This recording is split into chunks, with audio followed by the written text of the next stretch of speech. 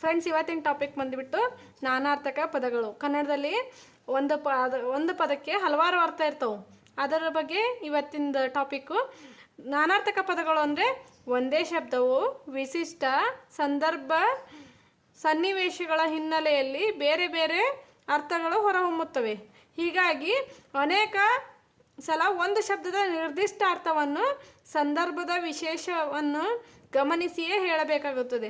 ಭಾಷೆ ಪರಿಣಿತಿ ಹಾಗೂ ಭಾಷೆಯ ತಿಳುವಳಿಕೆಯನ್ನು ಈ ಪದಗಳು ಸಾಬೀತುಪಡಿಸುತ್ತವೆ. ಉದಾಹರಣೆಗೆ ಮತ ಅಂದರೆ ಧರ್ಮ, ಜಾತಿ, ಓಟು, ಅಭಿಪ್ರಾಯ. ನಾವೇನು ಓಟ್ ಹಾಕ್ತೀವಲ್ಲ ಅದಕ್ಕೆ ಮತ ಅಂತ ಕರೀತಾರೆ. ಮತ ಪದದ ನಾನಾರ್ಥಕ ಪದಗಳಿವು. ನೆಕ್ಸ್ಟು ಅಡಿ ಅಂದರೆ ಪಾದ, ತಳಭಾಗ, ಅಳತೆಯ ಪ್ರಮಾಣ. ಇವು ನಾನಾರ್ಥಕ ಪದಗಳು. ನೆಕ್ಸ್ಟು ಗುರು ಅಂದರೆ ದೊಡ್ಡ ಒಂದು ಗ್ರಹ. ಛಂದಸ್ಸಿನಲ್ಲಿಯೂ ಗುರು ಅಂದರೆ ಲಘು ಗುರು ಹಾಕ್ತೀವಲ್ಲ ಅದರ ಅರ್ಥನೂ ಗುರು ಅಂತ ಬರ್ತೈತಿ.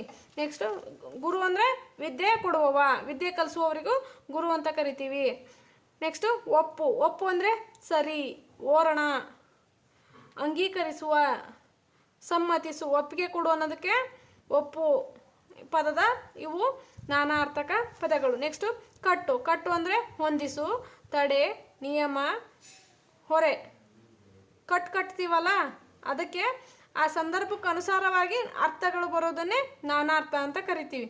ಕಳೆ ಅಂದರೆ ಕಾಂತಿ, ನಷ್ಟವಾಗು, ಕಳೆತು ತೆಗೆಯುವುದು, ಕಳೆಯುವುದು.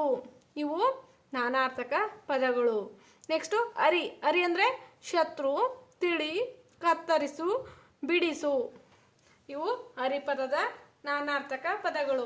ನೆಕ್ಸ್ಟು ಕರಿ ಅಂದರೆ ಆನೆ, ಕಪ್ಪು, ಕಂಬಳಿ, ಕರಿ, ಹಬ್ಬದ ಮರುದಿನ, ಹಾಲು ಕರೆಯುವುದು, ಕರಿ ಹರಿಯುವುದು, ಪದಾರ್ಥಗಳನ್ನು ಕರೆಯುವುದು. ಇವು ಕರಿಪದದ ನಾನಾರ್ಥಕ ಪದಗಳು. ನೆಕ್ಸ್ಟು ಅಂಬರ ಅಂದರೆ ಆಕಾಶ, ಬಟ್ಟೆ, ಅನಂತ, ಕಾಗೆ ಬಂಗಾರ, ಸೊನ್ನೆಯ ಸಂಕೇತ ಅಂಬರ ಅಂದರೆ.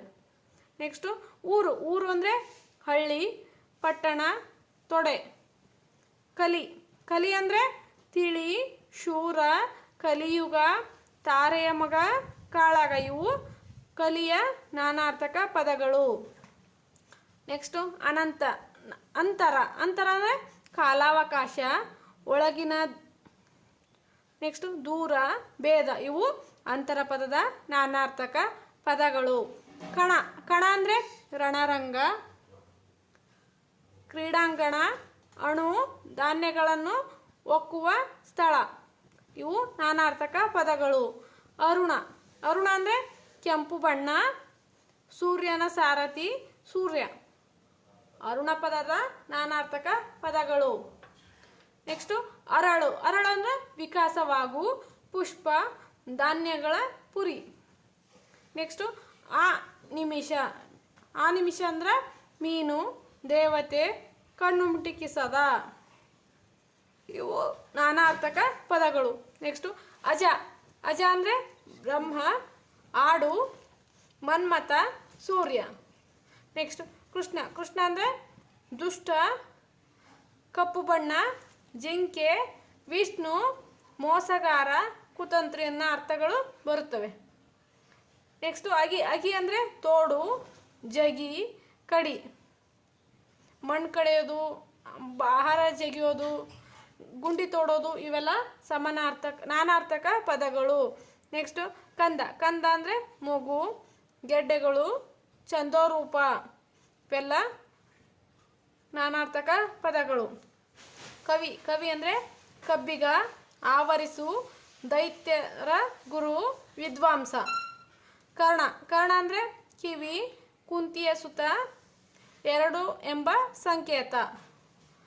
ನೆಕ್ಸ್ಟು ಕ್ಷಯ ಅಂದರೆ ಸೊರಗುವಿಕೆ, ಕೊನೆಯ ಸಂವತ್ಸರ, ಒಂದು ರೋಗ. ಇವು ನಾನಾರ್ಥಕ ಪದಗಳು. ನೆಕ್ಸ್ಟು ಕಾಡು ಅಂದರೆ ಪೀಡಿಸು, ಅನಾಗರಿಕ, ಅರಣ್ಯ, ಕರಿಯ ಬಣ್ಣ. ಇವೆಲ್ಲ ನಾನಾರ್ಥಕ ಪದಗಳು. ಒಂದೇ ಶಬ್ದ ಹಲವು ಅರ್ಥಗಳನ್ನ ಕೊಡುವುದೇ ನಾನಾರ್ಥಕ ಪದಗಳು. ಘನ ಅಂದರೆ ಗಟ್ಟಿಯಾದುದು, ಶ್ರೇಷ್ಠ, ಅಳತೆಯ ಪ್ರಮಾಣ, ಘನಾಕೃತಿ. ನೆಕ್ಸ್ಟು ಗಂಡ. ಗಂಡ ಅಂದ್ರೆ ಪತಿ, ಅಪಾಯ, ವೀರ, ಪುರುಷ. ಇವು ನಾನಾರ್ಥಕ ಪದಗಳು. ನೆಕ್ಸ್ಟು ದ್ರವ್ಯ. ದ್ರವ್ಯ ಅಂದರೆ ಸಂಪತ್ತು, ದ್ರವ, ಪದಾರ್ಥ, ಔಷಧಿ. ಇವು ನಾನಾರ್ಥಕ ಪದಗಳು. ನೆಕ್ಸ್ಟು ಜಡ. ಚೇತನವಾದುದು, ನಿರ್ಜೀವ, ನೀರು, ಕಾಯಿಲೆ, ಗಟ್ಟಿಯಾದ. ಇವು ನಾನಾರ್ಥಕ ಪದಗಳು. ನೆಕ್ಸ್ಟು ತಡಿ. ತಡಿ ಅಂದರೆ ಕುದುರೆಯ ಜೀನು, ಒದ್ದೆ, ಹತ್ತಿರ, ದಂಡೆ. ಇವುಗಳಿಗೆ ತಡಿ ಅಂತ ಕರೀತಾರೆ, ನಾನಾರ್ಥಕ ಪದಗಳು. ನೆಕ್ಸ್ಟು ನರ. ನರ ಅಂದರೆ ಮನುಷ್ಯ, ತಂತು, ಋಷಿಯ ಹೆಸರು, ಅರ್ಜುನ. ಇವು ನರನ ನಾನಾರ್ಥಕ ಪದಗಳು. ನೆಕ್ಸ್ಟು ನಿಧಿ. ನಿಧಿ ಅಂದರೆ ಸಂಪತ್ತು, ನೆಲೆ, ಸಮೂಹ ಅಂತ ಅರ್ಥ. ನಿಷಾದ ಅಂದರೆ ನಿಷಾದ ಪದದ ನಾನಾರ್ಥಕಗಳು ಬೇಡ, ಬೆಸ್ತ, ಹೊಲೆಯ, ಚಾಂಡಾಲ, ಸಪ್ತಸ್ವರಗಳಲ್ಲಿ ಕೊನೆಯದು, ನಿರಾಕರಣೆ. ಇವು ನಾನಾರ್ಥಕ ಪದಗಳು. ನೆಕ್ಸ್ಟು ಪದ. ಪದ ಅಂದರೆ ಶಬ್ದ, ಹಾಡು, ಪಾದ, ಪಶ್ಚಿಮ. ನೆಕ್ಸ್ಟು ಪಾದ ಅಂದರೆ ಸಾಲುಗಳು, ಕಾಲು, ಕಾಲು ಭಾಗ. ನೆಕ್ಸ್ಟ್ ಪದ ಬಟ್ಟೆ. ಬಟ್ಟೆಯ ನಾನಾರ್ಥಕಗಳು ವಸ್ತ್ರ, ದಾರಿ, ಋತುಸ್ರಾವ. ನೆಕ್ಸ್ಟು ತೊಡೆ. ತೊಡೆ ಅಂದ್ರೆ ಲೇಪಿಸು, ಶರೀರದ ಒಂದು ಭಾಗ, ಅಳಿಸು.